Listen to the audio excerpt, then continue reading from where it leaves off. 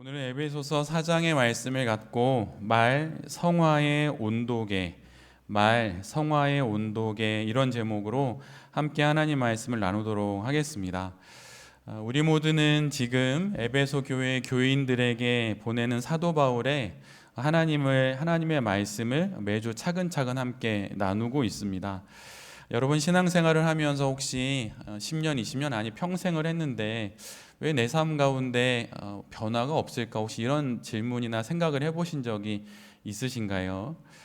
성도의 변화를 한마디로 말하면 거룩한 변화, 곧 성화라고 할 수 있습니다. 그런데 그 성화가 성도에게 주어진 그 인생 속에서 아주 긴 시간 동안 우리 안에서 이루어지는 일들인데 그 성화가 잘 이루어지지 않는 것들을 보면서 나는 왜 그럴까? 혹시 이런 생각을 해보신 적이 있으신가요? 사실 그 부분에 있어서는 한국 교회가 그 강단에서 주목하고 있는 내용이 성화보다는 성화 이전의 구원과 칭의에 관련된 내용이 많기 때문입니다. 그래서 여러분 구원파는 들어봐서도 뭐 성화파 이런 건 못 들어보셨잖아요. 그것이 왜 그러냐면 한국 교회가 아직 우리나라 한국 교회가 약 140년 정도의 역사를 갖고 있는데 그 시간 속에서 많은 성도들의 관심이나 그런 것이 대부분 구원과 또 구원에 있어서 가장 첫 번째 단계라고 할 수 있는 칭의에 관심이 모여 있다 보니 그 다음 단계인 성화에 대한 이야기가 교회 내에 많이 없는 것이에요. 그런데 사도 바울이 쓴 특별히 그 교리에 가까운 내용들이 많이 들어있는 서신서를 읽어보면 늘 언제나 발견되는 건 그 서신서의 앞부분은 교리에 대한 이야기이고 그 서신서의 뒷부분은 윤리에 대한 이야기입니다. 그래서 교리를 잘 이해했으면 반드시 그 뒤에 있는 윤리적인 삶을 살아야 한다고 사도 바울은 늘 언제나 이야기하고 있어요. 심지어 우리가 복음의 정수라고 말하고 있는 로마서도 그렇게 배열되어 있습니다. 그런데 우리는 그 앞에 어떻게 구원을 받는지, 내가 예수님 정말 믿고 있는지 이거에만 집중하다 보니 그 이후에 마땅히 살아야 하는 거룩한 성화의 삶에 주목하지 못했고 그런 것이 강단에서 강조되지 못하니 내가 들은 교리의 내용과 삶으로 살아야 하는 생활 속에서의 그 윤리의 삶이 자꾸 괴리가 생기게 된 것이에요. 그래서 우리는 지금 에베소서를 함께 묵상하면서 사도 바울이 에베소서 그 앞 전반부에 교리의 얘기를 아주 잘 설명해 주고 이제 새로 생긴 에베소 교회의 그 새신자들에게 윤리적인 내용들을 계속 이제 전하고 있는데 그 부분을 우리 모두가 함께 보고 있는 것입니다. 사도 바울은 그 윤리적인 내용들 속에서 에베소 교인들에게 정말 간곡히 권면하는데 그 권면의 내용을 한 문장으로 정리하자면 옛사람을 벗고 이제는 새 사람을 입어야 합니다 라고 정리할 수가 있습니다. 우리가 구원을 받았으니 이제 옛사람은 벗어버리고 이제는 새 사람을 입고 새 사람에게 어울리는 새로운 삶을 이제는 살아가야 합니다 라고 하는 그 이야기를 사도 바울이 계속 하고 있다는 것이에요. 그리고 이 말씀이 정확히 우리 모두에게도 적용되는 말입니다. 그래서 에베소 교회를 향한 사도 바울의 이 말은 이렇게 말할 수 있죠. 그 말씀의 뜻은 한번 새롭게 살아보라는 것이에요. 이제는 예전과 달리 새 사람이 되었으니 새롭게 살아봐라. 다시 한번 새롭게 살 수 있는 기회가 주어졌으니 이제는 새로운 인생을 꿈꾸며 소망하며 살아봐라 라고 말하는 것입니다. 복음서에 기록된 예수님을 만난 이들의 삶 가운데 일어나는 일들이 무엇인가요? 그들 모두는 새로운 인생을 선물 받습니다. 새로운 인생을 살아가게 된다는 공통점이 그들 모두에게 있어요. 질병으로 수십 년 고생하던 한 여인이 예수님을 만나 새로운 인생을 살아가게 됩니다. 병이 나아서 새로운 인생을 살아가게 되고 매일매일 생계를 위해 갈릴리 호숫가에 나가서 고기잡이를 하던 그 어부가 예수 그리스도를 만나 제자라고 하는 새로운 인생을 살아가게 되는 것이에요. 삶을 포기한 인생들이, 이 땅 가운데 헛된 꿈을 꾸었던 인생들이 예수 그리스도를 만나서 새로운 삶을 살아가게 되는 것입니다. 바로 이 말씀을 사도 바울이 동일하게 지금 전하고 있는 것이에요. 우리가 에베소서를 함께 나누면서 이야기 나눴던 것처럼 에베소 교회는 수많은 이방신들과 무속과 주술과 미신들이 난무하던 곳입니다. 근데 그 곳에서 세상의 정욕과 욕망을 따라 살아가던 그 사람들이 이제 그 옛사람을 떠나 영원하고 가장 고귀한 삶을 이제 시작하게 되었으니 옛것은 지나고 보라 새 것이 되었으니 그 삶을 살아가야 하고 그 삶에 어울리는 삶의 모습들을 갖추어야 한다고 사도 바울이 말하고 있는 것입니다. 우리 모두가 잘 알고 있는 고린도후서 5장 17절의 말씀처럼 그런 중 누구든지 그리스도 안에 있으면 새로운 피조물이 된 것입니다. 우리는 이미 새로운 피조물인 것이에요. 다시는 내가 구원받았는지 구원받지 않았는지 그런 질문을 하지 마십시오.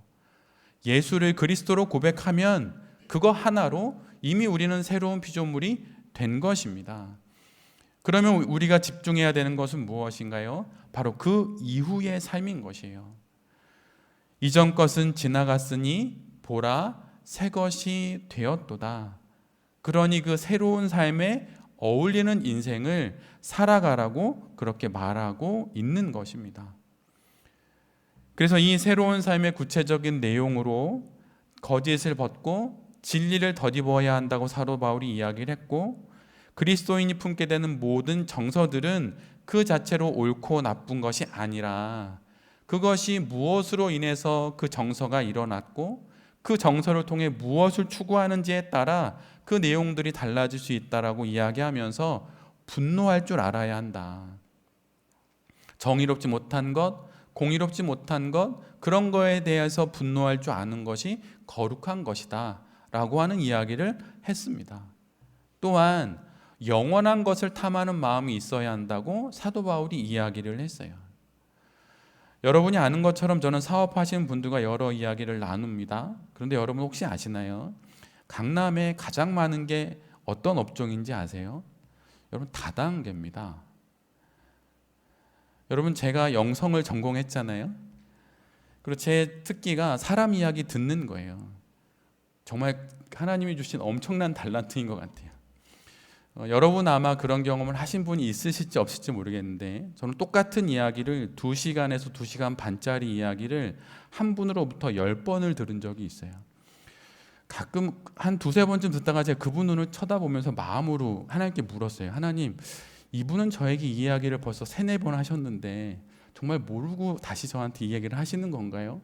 근데 제가 눈빛을 봤는데 저한테 처음 이야기하는 것처럼 그 이야기를 하시는 거예요. 아, 그렇구나. 이분 진심이구나. 그래서 제가 그분의 이야기를 2시간 반짜리를 10번을 들어드렸어요. 그리고 물론 헤어졌습니다. 잘 그분을 위로해드리고 헤어졌는데 제가 그분들하고 이야기를 나누면서 알게 된 게 있어요. 또 여러분들하고 이야기 나누면서 알게 된 게 있는데 그분들의 그 말로 아무리 화려한 이야기를 해도 오래 들여다보면 여러분 다 보입니다. 제가 뭐 특별해서가 아니라 저분이 지금 이런 마음으로 저 말씀을 하시는구나 이런 거 있죠. 강남 일대에 그런 분들 엄청 많아요. 제가 또 다음에 기회가 되면 한번 말씀을 드리려고 하는데 근데 그 중에도 기독교인들도 있습니다.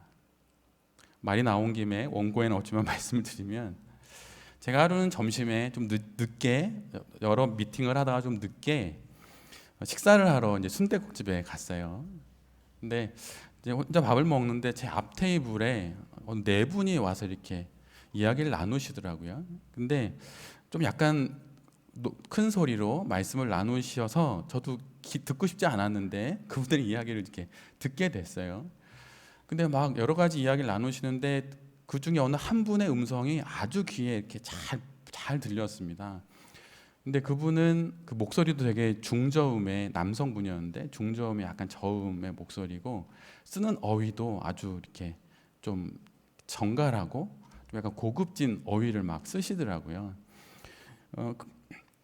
그런데 막 얘기를 계속 이제 듣다 보니까 갑자기 그분들이 뭘 드시나 궁금해서 고개를 들고 테이블 쫙 봤더니 막걸리 한 병이 쫙 이렇게 있고 이렇게 따라서 막 드시는 거예요. 그래서 그러시나 보다라고 하고 있는데 갑자기 그 중후한 목소리에서 이런 얘기가 나오는 거예요. 모세를 아세요? 뭐 이렇게. 여호수아를 아세요? 뭐 이러는 거예요. 이거 뭐지? 막걸리하고 모세 이거 좀 안 어울리잖아. 막 이러고 마저 듣고 있는데 알고 보니까 그분이 목사님이셨어요. 내용을 처음부터 끝까지 마저 다 들었습니다. 근데 그분들이 뭐 하시는 분들이었냐면 다단계, 코인 뭐 이런 거 하시는 분들이었어요. 그분의 그 중후한 목소리와 그 톤과 억양과 말투, 또 목사라는 그 나름 신뢰가는 위치가 그렇게 쓰임 받는 겁니다. 그분에게 하나님을 아는 지식이 있지 않을까요? 물론 정교 신학교를 나온 것 같진 않았어요, 분위기상은. 근데 그분이 보여주시는 그러한 모습 속에 어쨌든 복음을 아실 거 아니에요. 근데 여러분, 복음을 아는 것과 그걸 삶으로 살아내는 신앙적인 윤리는 여러분 전혀 다른 겁니다. 그래서 여러분, 어느 목사님이 저한테 이런 얘기를 하셨어요. 세상에서 제일 늦게 해도 좋은 것이 있습니다. 그것은 사람에 대한 평가입니다. 한 번 보고, 두 번 보고, 세 번 보고, 좋은 분, 신앙이 있으니까 믿을 만한 분, 그게 아니라는 거예요. 한 번 보고 별로 아닌데, 두 번 보고, 세 번 보고, 진짜 진국이구나, 이렇게 되는 거예요. 그래서 우리가 아무리 많이 신앙적인 교리의 내용을 많이 알고, 저는 목회자이고 뭐 대단한 신학적인 학위가 있다고 하여서 그것이 그의 신앙을 보장하지 않습니다. 안 그런 분 저 많이 봤어요. 정말 중요한 건 그 사람이 그가 알고 있는 복음의 정수를 삶으로 살아내는 윤리가 있느냐라고 하는 것이에요. 그가 정말 거룩한 분노를 갖고 있고 영원한 것을 탐하면서 이 땅의 소유와 필요들을 거룩을 위한 도구로 사용하고 있는지 그 모습을 봐야 한다는 것입니다. 오직 삶만이, 그가 살아가는 그 인생과 행동만이 그 안에 있는 것을 온전히 보여줄 수 있는 것이에요. 그것이 진짜인 거예요. 말 소용없습니다. 직분 소용없습니다. 한 가지 여담으로 더 말씀드리면, 어느 목사님이 저에게 건네주셨던 명함에는 이렇게 적혀 있었어요. 40일 금식기도 6회. 명함을 딱 받는 순간 명함 뒷면에 그냥 쫙 적혀 있어요. 명함이 화려할수록 내용이 없는 것입니다. 근데 여러분, 제가 목회자 이야기만 요새 말씀드렸지만 성도들은 괜찮을까요? 여러분, 아니에요. 오직 여러분이 오늘 지금 여기서 보여주는 그 삶만이 여러분의 진짜 신앙이에요. 물론 오늘 나의 상황이나 형편이 좋지 않아서 좀 이렇게 좀 덜 거룩한 모습을 보여줄 수는 있겠죠. 그럴 수 있습니다. 그런 한 달을 보고 두 달을 봤는데 만약 그러한 모습이면 그 사람은 그 사람인 것이에요. 가끔 아이들과 이야기를 나누다 보면 아이들이 그런 얘기를 해요. 저 공부하는 사람이에요. 저 공부 얼마나 열심히 하는데요. 근데 여러분 아십니까? 공부하는 사람은 그 주변에 언제나 책을 가까이 하게 되어 있어요. 책을 가까이 하지 않는데 공부한다고 말하는 건 거짓말이에요. 그냥 그렇게 말하는 것뿐이죠. 가까이 하는 것이 그 사람인 것입니다. 그래서 사도 바울이 그 복음의 정수를 이방의 땅에 세워진 에베소 교회에게 정말 다듬고 다듬어서 진리를 전한 이후에 왜 끊임없이 윤리의 내용을 말하는 것일까요? 그 복음이 윤리의 그릇에 담기지 않으면 그것은 다 하나 말장난에 지나지 않기 때문인 것이에요. 그래서 사도 바울이 이렇게 거짓을 벗고 진리를 입고 탐심을 버리고 그렇게 하나님 앞에 나가서 분노를 다스리며 거룩한 삶을 살아야 한다고 에베소 교회의 교인들에게 그렇게 말하는 것입니다. 그리고 이 말씀이 오늘 동일하게 우리 모두에게 들려지는 것이에요. 여러분에게, 저에게, 우리 모두에게 예수님을 믿는다는 그 믿음의 고백은 있지만 그 윤리가 있냐고 물어보는 것입니다. 직장에서, 학교에서, 사업장에서, 가정에서 그 윤리가 있냐고, 그 행동과 행위가 있냐고 물어보는 것이에요. 그러면서 사도 바울은 오늘 우리에게 그 네 번째 내용으로 말에 대해서 이야기를 합니다. 한 성도가 하나님으로부터 은혜를 받는 방편을 보통 세 가지로 이야기합니다. 말씀과 기도와 성례전이에요. 이 방편을 통해서 일반적으로 하나님께서 은혜를 주신다는 것입니다. 그러니까 예를 들자면 하나님이 우리에게 주시는 그 은혜의 큰 고속도로가 있는데 그것이 바로 말씀이고 기도이고 성례전이라는 것입니다. 이것 없이 다른 걸로 은혜를 누릴 수 있습니까? 있습니다. 근데 그것은 샛길이에요. 산속의 오솔길 같은 것이에요. 말씀이 없고 기도가 없고 성례전이 없으면 그것 이외에 다른 것으로 누리는 은혜는 정말 아주 적은 갈증을 해소하는 작은 물방울에 지나지 않는 것입니다. 그래서 교회에서 또 특히 돌베개 교회에서 말씀 묵상을 끊임없이 강조하는 이유는 말씀 이외에 기도 이외에 성례전 이외에 하나님의 은혜를 누릴 수 있는 가장 큰 방법은 없기 때문이에요. 그래서 말씀 없이 여러분 신앙 깊어지지 않습니다. 신앙생활은 하지만 결코 그것으로 신앙이 깊어지진 않아요. 성경 통독 끊임없이 강조하는 이유가 다른 것에 있지 않습니다. 하나님의 은혜를 받으라는 거예요. 기도 이외에 은혜를 받을 수 있는 큰 길은 없어요. 그런데 여러분 말씀과 기도와 성례전이 함께 있는 곳이 어디입니까? 예배의 자리인 거예요. 그래서 가나안 교인이 되어서는 여러분 은혜 받기가 어려워요. 은혜를 못 받는 건 아니지만 어려운 것입니다. 그래서 여러분 정말 자녀를 사랑하시면 예배의 자리에 반드시 가도록 여러분 구워 삶아야 돼요. 어떻게든 가자고. 그리고 부모님한테도 해보는 거예요. 그게 자녀가 부모님에게 해줄 수 있는 가장 큰 효도입니다. 그런데 이런 은혜를 받고 한 성도에게 나타나는 변화들이 바로 앞에서 말씀드렸던 거룩한 변화, 성도인 것이죠. 그런데 그 거룩한 변화 가운데 가장 크게 나타나는 변화는 바로 말의 변화라고 하는 것입니다. 우리의 삶의 자리 곳곳에서 그리고 성경 곳곳에서 말에 관한 교훈과 이야기가 정말 많습니다. 정말 많아요. 제가 오늘의 설교를 준비하면서 서점에 나와 있는 말에 관한 책들 중에 베스트셀러를 몇 권 사서 읽어보았습니다. 근데 모두들 얼마나 좋은 글로 가득 차 있는지 몰라요. 동서고금을 막론하고 말이 얼마나 중요한지 그 역사만 하더라도 수천 년이 됩니다. 그 정도로 말은 중요한 것이죠. 그런데 여기서 질문이 있습니다. 여러분 성도들은 그러면 왜 말에 관심을 가져야 하는 것일까요? 왜 우리가 우리의 입술에서 나오는 그 말에 관심을 가져야 하는 것일까요? 그리스도인들이 자신의 입에서 나오는 말에 관심을 가져야 하는 이유는 다른 곳에 있지 않습니다. 그 가장 첫 번째 이유, 아니 어쩌면 그 전부라고 할 수 있는 이유는 단 하나인데 바로 하나님께서 살아계시기 때문입니다. 살아계신 하나님께서 우리의 말에 귀를 기울이시고 계시기 때문이에요. 세상 사람들은 지혜와 지식을 얻기 위해 사람을 만나서 이야기를 나눕니다.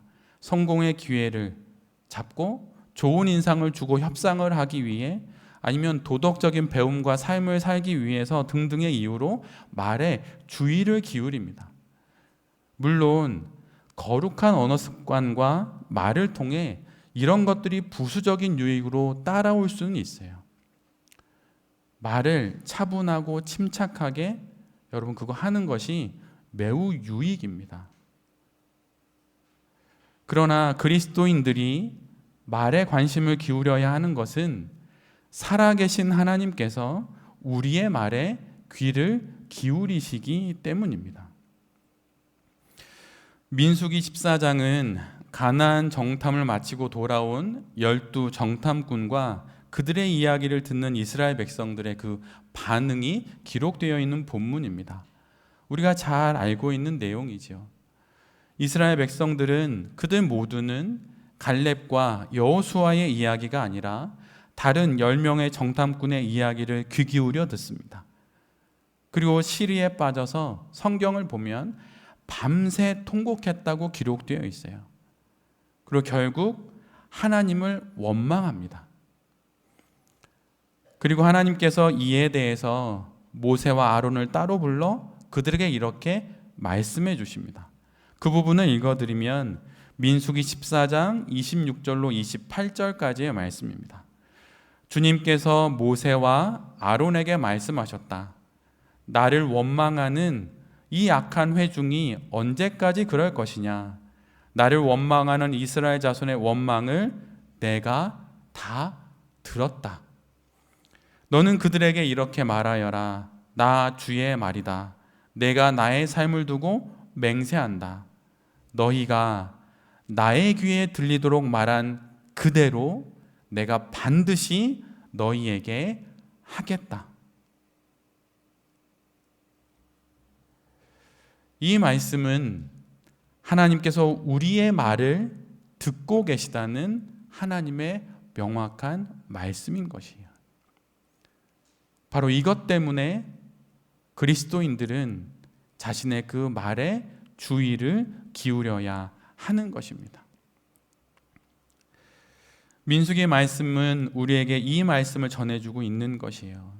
우리가 하고 있는 그 말을 하나님께서 듣고 계신다고 말이죠.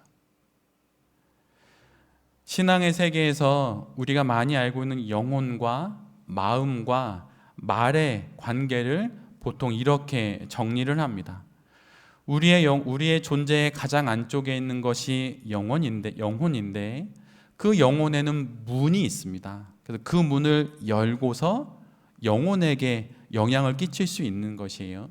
근데 그 영혼의 문이 바로 마음입니다. 영혼은 그렇다면 어떻게 지켜야 하는 것입니까? 집을 지킬 때 문단속을 잘함으로 집안의 모든 것을 지키듯이 마음을 지킴으로 영혼을 지킬 수 있는 것이에요. 그래서 잠언에 이런 말씀이 있는 것입니다. 잠언 16장 32절의 말씀인데요. 자기의 마음을 다스리는 자는 성을 빼앗는 자보다 나은 것이다. 자신의 마음을 다스리는 자는 눈에 보이는 저 큰 성을 빼앗고 점령하고 정복하는 것보다 낫다고 말하고 있습니다. 그래서 신앙 인생에 있어서 마음이 중요한 것이에요.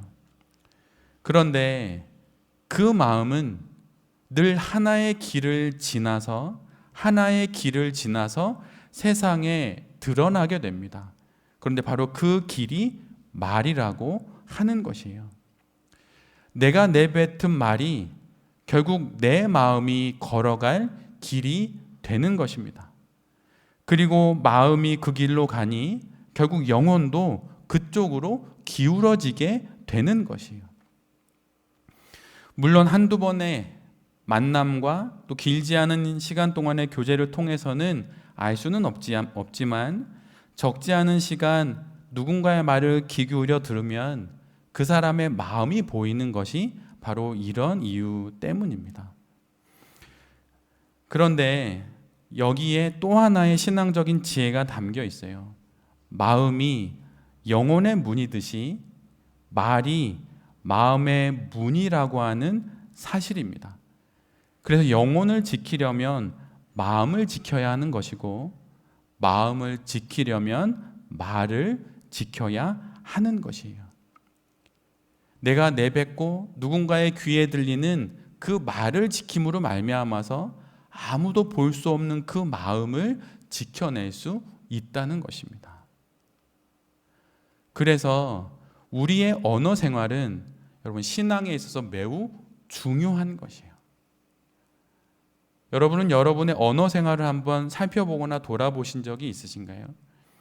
나의 언어가 너무 빠르거나 아니면 너무 불안의 톤이 많거나 호흡이 짧거나 아니면 누군가에 강제하거나 강요하거나 아니면 과거에 대한 후회가 넘쳐나는 어휘들이 많거나 여러분 그것으로부터 다 떠나야 하는 것입니다. 그것으로부터 떠나야 새로운 삶이 되는 것이에요. 유대인들은 말하기 전에 세 개의 황금문을 지난 이후에야 그 말을 하는 것이 좋다고 이야기를 합니다. 첫 번째 황금문은 그 말이, 내가 지금 하려고 하는 말이 참된 말인가 라고 하는 문입니다. 두 번째 지나야 하는 말은 그 말이 이 상황에 꼭 필요한 말인가 라고 하는 것이에요. 그 세 번째는 그것이 정말 진리의 참된 말이고 이 상황에 꼭 필요한 말이라고 한다면 마지막 세 번째로는 내가 그 말을 친절하게 하는 그 친절한 말이 되는가라고 물어본 이후에 이 세 개의 문을 지나고 나서 그 다음에 그 말이 할 수 있는 말이 된다고 하는 것입니다. 참된 말을 우리가 하게 될 때 여러분 어떻게 될까요? 참된 말, 진리의 말, 그런 말을 자꾸 많이 하다 보면 어떻게 될까요? 우리의 인생 자체가 참되고 진리의 길을 걸어가는 인생이 되는 것입니다. 그런 말과 또 그런 마음을 통해서 우리가 이 땅의 삶을 참되게 살아가게 되는 것이에요. 지금 내가 참된 진리의 삶을 살지 못한다 하더라도 내가 참된 말을 많이 되뇌이고 진리의 말을 참 많이 되뇌이면 결국은 내가 그 삶을 살아가게 된다는 것입니다. 거짓말하지 않고 속이지 않고 유혹하지 않고 그런 말을 다 하지 않고 과장하지 않고 그리고 나를 비하하지도 않고 참된 말, 진리의 말, 그 말을 되뇌이고 그 말을 할 때 결국은 내가 그 마음을 품게 되고 그 삶을 살아가게 된다는 것이에요. 필요한 말은 무엇일까요? 필요한 말을 한다는 것은 빈말을 하지 않는다는 것입니다. 속이 꽉 찬 말을 한다는 것이에요. 실없는 말 하지 마라 라고 할 때 그 실이 무슨 실인가요? 열매 실자입니다. 빈 수레와 같이 아무런 열매도 맺지 못하는 그런 필요 없는 말 하지 말고 열매를 맺을 수 있는 말을 하라는 것이에요. 성도가 맺어야 하는 말의 열매는 무엇일까요? 그건 성령의 9가지 열매입니다. 사랑으로부터 시작해서 온유, 희락, 절제로 끝나는 그 성령의 9가지 열매를 맺히는 그 말이, 열매를 맺는 그 말이 바로 필요한 말이라고 하는 것이에요. 그리고 세 번째로 친절한 말은 당연히 존중하는 말입니다. 여러분, 우리 공동체 안에는 자매님들도 계시고 형제님들도 계신데 이거는 이재철 목사님이 하셨던 이야기인데 만약 교회 안에 어느 자매가, 그분의 표현입니다, 더 이상 자매가 아닌 경우가 있대요. 그건 언제냐면 부드러움을 잃어버릴 때라는 거예요. 어느 형제가 더 이상 형제가 아닌 경우가 있는데 그건 너그러움을 잃어버릴 때라고 하는 것입니다. 부드러움을 잃어버리면 여러분 사나워집니다. 너그러움을 잃어버리면 난폭해져요. 근데 여러분, 예수님은 난폭하시지 않으셨어요. 마땅한 것에 분노하셨지만 결코 난폭하지 않으셨습니다. 그래서 늘 언제나 그가 어떤 직업을 가지고 있든 그가 어떤 질병 가운데 있든 그들 모두에게 늘 친절했습니다. 존중했습니다. 눈높이를 맞추고 그와 이야기를 나눴어요. 여러분, 혹시 누군가 이야기를 나눌 때 어느 분은 앉아 계시고 내가 서 있으면 여러분 어떻게 이야기를 나누시나요? 여러분 괜찮으시면 눈을 좀 낮춰서 눈의 시선을 좀 같은 높이에 놓고 이야기를 나누세요.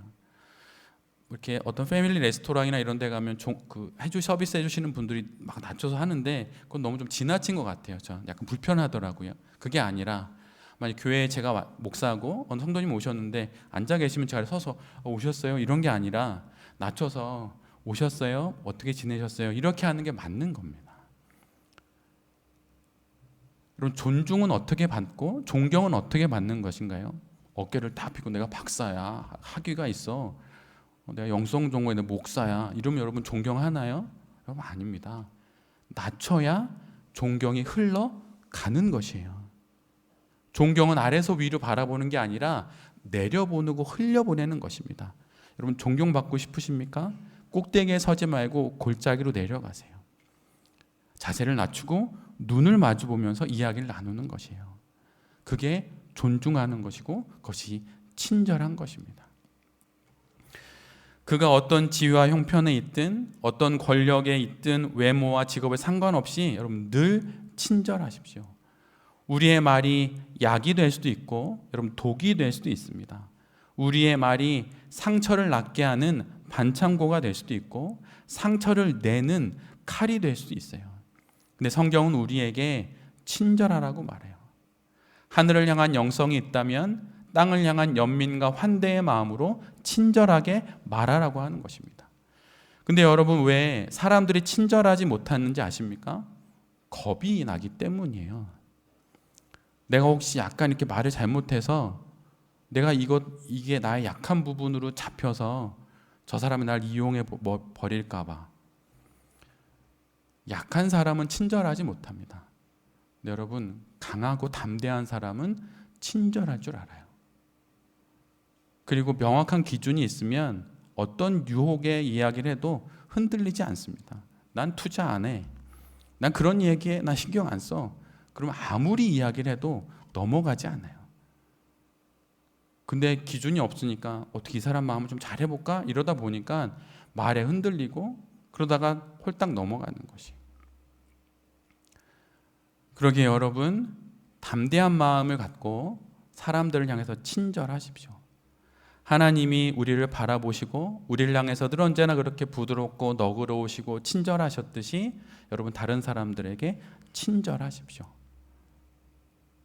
그 친절을 통해서 하나님의 뜻이 이루어지게 되는 것입니다.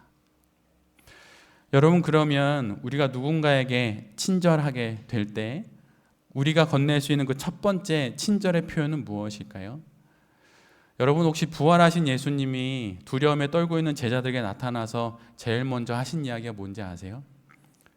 예수님이 나타나셔서 하신 첫 번째 행동은 숨을 후 내쉬십니다. 그리고 제자들한테 이렇게 물어요. 얘들아 평안하냐? 우리말로 하면 무엇입니까? 샬롬이에요. 여러분 누군가에게 우리가 친절할 수 있는 그 첫 번째 말은 인사하는 것입니다. 여러분 먼저 인사하세요. 그럼 한결 친절하기가 좋습니다. 인사는 사람과 사람 사이, 영혼과 영혼 사이에 샬롬의 다리를 놓는 것과 같은 것이에요. 다리가 놓여져야 그 다음에 마음을 통할 거 아니에요. 그러니까 여러분 인사하는 게 중요합니다.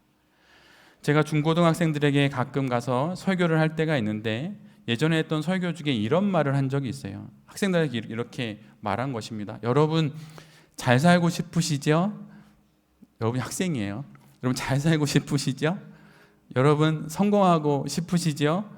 그럼 이거 두 가지만 하시면 됩니다. 이거 두 가지만 잘하면 여러분 성공할 수 있고 잘 살 수 있어요. 그걸 제가 한 문장으로 만들어 왔는데 바로 이것이에요. 하나님께 감사하고 사람에게 인사하라.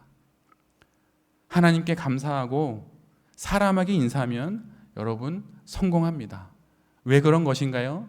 여러분 모든 가장 좋은 것에 좋은 것은 하나님으로부터 오는 것이고 모든 기회는 사람을 통해서 오기 때문이에요 라고 이야기했어요. 여러분 지금까지 여러분이 살아온 인생의 길을 돌아보십시오. 여러분이 어떤 어려운 일을 만날 때 그 길을 열어주신 분은 하나님이신데 열어주실 때 그 기회의 통로가 되었던 것이 무엇입니까? 여러분 사람입니다. 사람과의 관계를 잘하는 사람이 여러분 기회를 잡는 것이에요.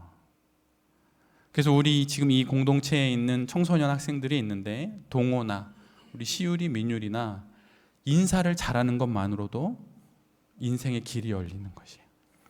교회에 와서 제일 먼저 해야 될 게 무엇인가요? 물론 기도를 할 수 있습니다. 근데 여러분 지체들이 보이면 인사를 먼저 하는 것이에요.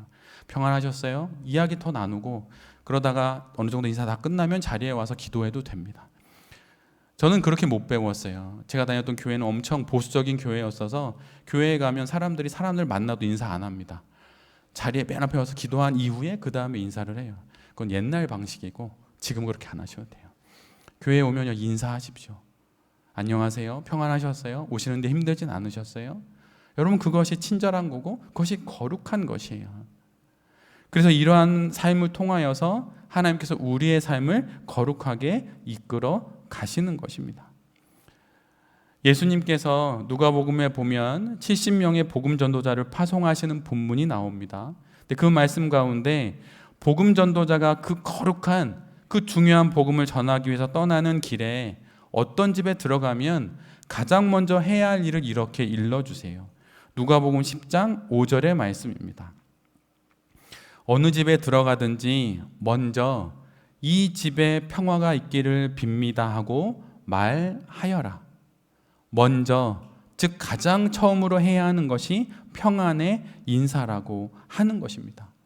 복음도 인사를 통해 전해지기 시작하는 거예요. 참된 말, 필요한 말, 친절한 말을 하는 이들은 결국 그것으로부터 비롯된 열매를 먹게 되는 것입니다. 하나님께 감사하고 사람에게 인사하는 그 삶을 통해 결국 복음이 전해지는 것이에요.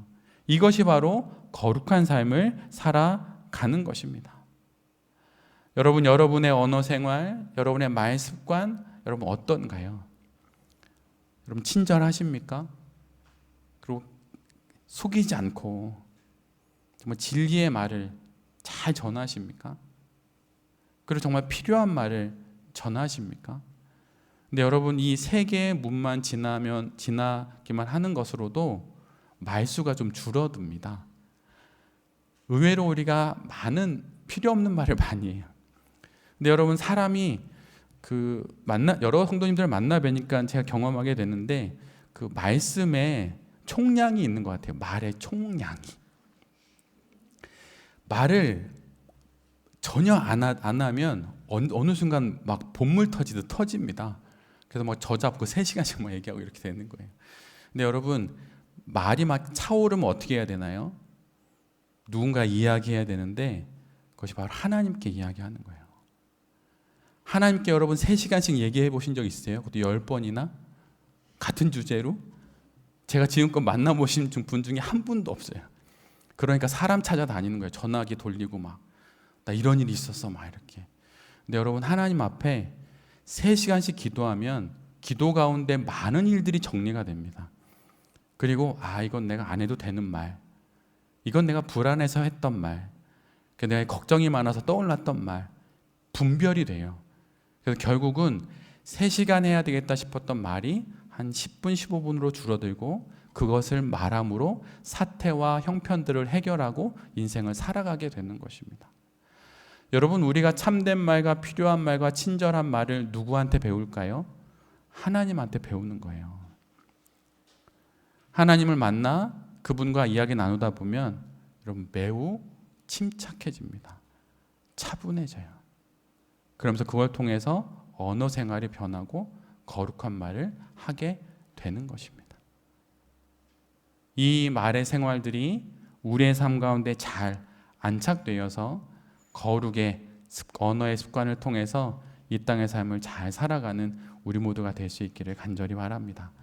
한 가지 마지막으로 말씀드리면, 참된 말을 누군가에 해야 하고 필요한 말을 누군가에게, 또 친절하게 누군가에게 말을 해야 하지만 가장 먼저 그 말을 해야 할 대상은 사실은 자기 자신이에요. 여러분 자신에게 여러분 좀 친절할 줄 아셔야 돼요. 여러분이 여기까지 살아온 것만으로도 여러분 충분히 거룩하게 잘 살아오신 거예요. 수많은 삶의 사연과 사건에도 불구하고 여기까지 신앙을 유지한 것만으로도 여러분 잘 살아오신 거예요. 그렇게 자기에게 친절하고 자기에게 필요한 말을 할 줄 알고 자신에게 참된 말을 할 줄 아는 사람이 비로소 자기의 사랑하는 자녀들에게 그런 말을 해줄 수 있고 또 다른 누군가에게 해줄 수 있는 것입니다. 여러분, 매일 아침 하나님께 기도하고 자신의 영혼을 향하여서 오늘도 살아있는 것만으로도 잘 살았다 이렇게 말해줄 수 있어야 해요. 여러분, 이것이 신앙적인 거예요. 지난번 설교에서 잠깐 말씀드렸지만 자기를 사랑한다는 것은 이 세상에서 누군가에게 줄 수 있는 나의 유일한 선물인 내 자신을 잘 돌본다는 일입니다. 여러분이 어떤 사업적인 형편과 가정적인 조건과 일들 가운데 있는지 모르지만 여러분이 잘 그곳에 있는 것만으로도 여러분 거룩한 것이에요. 그러니 삶을 포기하지 말고 주어진 삶을 끝까지 잘 살아내십시오. 그리고 그렇게 살아내고 있는 자신을 향해서, 자신의 영혼을 향해서 잘하고 있다고 그렇게 격려하십시오. 그것이 신실하고 믿음이 좋은 것입니다. 그러한 마음으로 이 한 주간도 이 우리에게 주어진 신앙 인생을 잘 살아가고, 가정에서 자녀들에게, 교회에서 지체들에게, 또 세상 속에서 믿음의 많은 사람들과 또 세상 사람들에게 좋고 친절하고 필요한 말들, 참된 말을 전하면서 살아가는 거룩하고 따뜻한 성도들이 될 수 있기를 간절히 기도드립니다. 아멘.